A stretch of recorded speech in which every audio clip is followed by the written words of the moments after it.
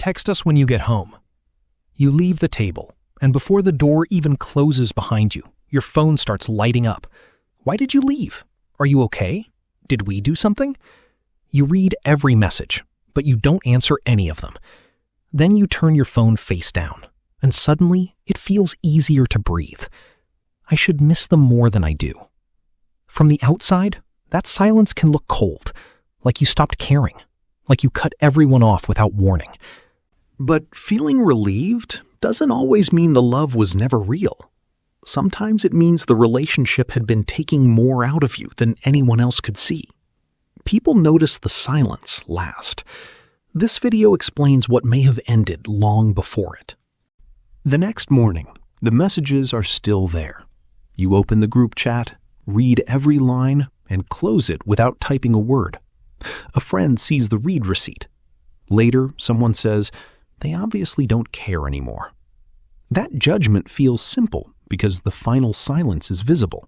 The build-up isn't. Maybe concerns were raised, but nothing ever changed. Maybe invitations were accepted out of obligation. Replies became shorter. Trust slowly faded. Social psychologists call part of this the fundamental attribution error. In plain English, people often explain someone's behavior by blaming their personality while overlooking the situation that shaped it. Silence becomes coldness. Distance becomes arrogance. Everything that happened before the silence gets erased. That doesn't mean every suspicion is wrong. Pattern recognition says this keeps happening. Mind reading says I know exactly why they're doing it. One follows the evidence. The other fills in what no one can actually see.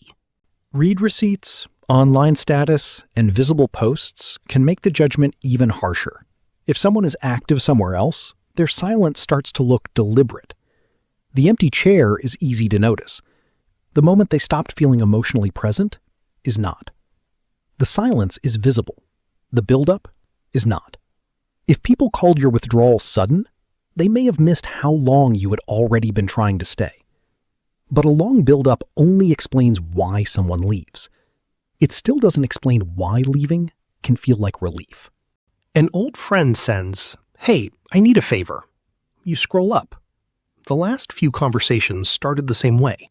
A request, a problem, help needed. Almost no curiosity about you. Nothing openly cruel. That's what makes the exhaustion so hard to explain. Socio-emotional selectivity theory offers one useful lens. As people become more aware that time is limited, they often invest more in relationships that feel emotionally meaningful. In everyday life, that may look less like cutting everyone off and more like asking which connections still offer reciprocity, trust, and genuine interest. The message is small. The relationship it reopens is what feels heavy. When being available keeps leading to pressure or disappointment, distance starts to feel safer than explaining yourself again. Access means someone can reach you. Connection means the relationship still feels mutual. Birthday reminders, story reactions, and group chats can keep contact alive long after closeness has faded. Modern communication blurs that difference by making old relationships look current. Someone can remain one tap away from hundreds of people while knowing only two they would call in a crisis. History explains why a relationship exists. It does not prove that it still works. They are not counting people. They are deciding where closeness still feels real. But once distance reliably removes pressure, they may start using it before they know whether the relationship can still be repaired. Two messages come in on the same evening. One is from the group chat that always wants something. The other says, "No pressure, just checking in on you." You ignore both. From the outside, your response looks the same. But inside, your mind may have stopped asking who is actually safe. Behavioral psychology calls this avoidance learning. In plain English, when not replying takes the pressure away, silence becomes easier to repeat.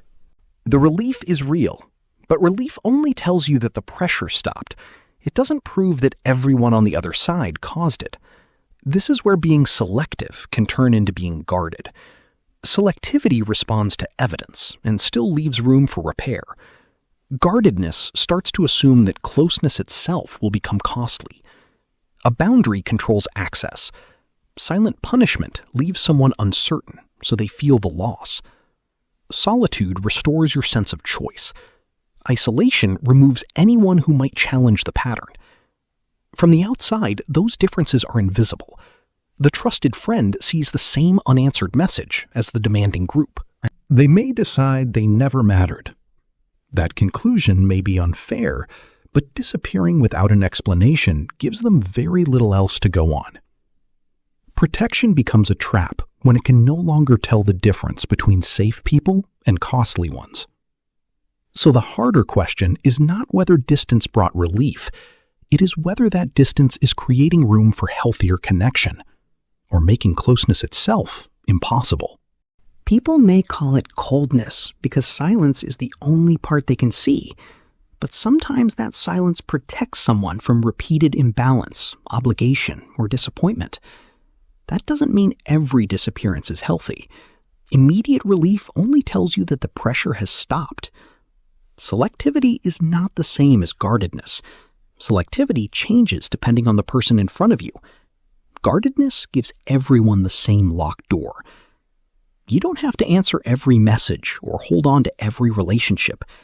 Just notice whether your distance still leaves room for people who are safe, reciprocal, and real. You may not be cold. You may have simply become more selective.